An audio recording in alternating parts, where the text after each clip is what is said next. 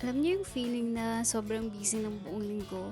Yung trabaho, school, deadlines, tapos bigla mong marirealize na ilang araw ka nang naka-autopilot. Kaya nitong weekend, naisip namin tumawid papuntang Gozo. Hindi para may ma-check off sa bucket list, kundi para lang huminga ng konti at magpahinga. Samahan niyo kami sa isang slow weekend dito sa Gozo. Isa sa mga gusto ko dito sa Malta ay sobrang dali lang pumunta ng Gozo. Isang ferry ride lang, tapos parang ibang mundo na agad ang dating.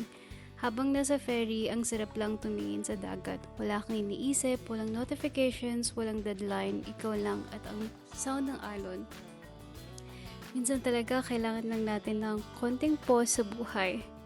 Pagdating namin sa Gozo, mapapansin mo agad yung difference. Mas tahimik, mas relaxed, hindi ganoon ka-busy kumpara sa main island ng Malta.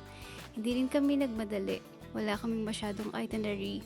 Kung saan kami dalhin ng lakad, doon lang kami pupunta. At honestly, minsan mas masaya pala ang ganitong travel.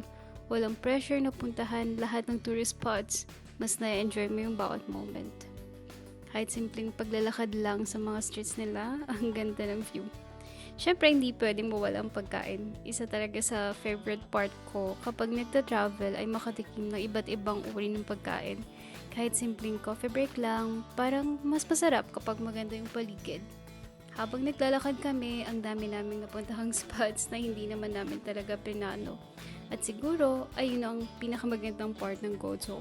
Hindi mo kailangan magmadali. Hindi mo kailangan habulin ng oras. Pwede kang upo lang, mag-observe ng mga tao o tumingin lang sa dagat.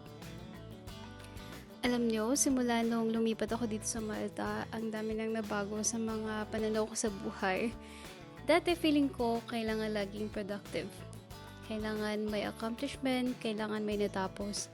Pero habang tumatagal, natutunan kong hindi rin pala masama ang magpahinga. Hindi tamad ang mag-recharge. Lalo na kapag nagtatrabaho ka at sabay pang nag-aaral, sobrang importante ng mga aral na nagbibigay ka rin ng oras sa sarili mo. Hindi naman kailangan laging grand yung lakad. Minsan, sapat na yung magandang view, masarap na pagkain, at mga taong kasama mo. Habang pauwi kami, na-realize ko na hindi naman kailangan lumayo para makaramdam ng peace. Sometimes, all we need is a change of scenery kahit isang weekend lang. Kung may chance kayong bumisita sa Gozo, I highly recommend it. Hindi lang dahil maganda siya, kundi bibigyan ka niya ng pagkakataong bumagal kahit sandali. Bilang isang Pinoy na malayo sa Pilipinas, may mga lugar at mga simpleng sandali na unti-unting nagiging espesyal. Hindi man ito ang lugar kung saan tayo lumaki, may mga pagkakataon na parang tahanan na rin ng pakiramdam. At sa bawat weekend na ganito, mas lalo kong na-appreciate hindi lang ang ganda ng Malta at Gozo, kundi pati ang journey ng pagbuo ng panibagong buhay abroad. Hanggang sa susunod nating kwentuhan.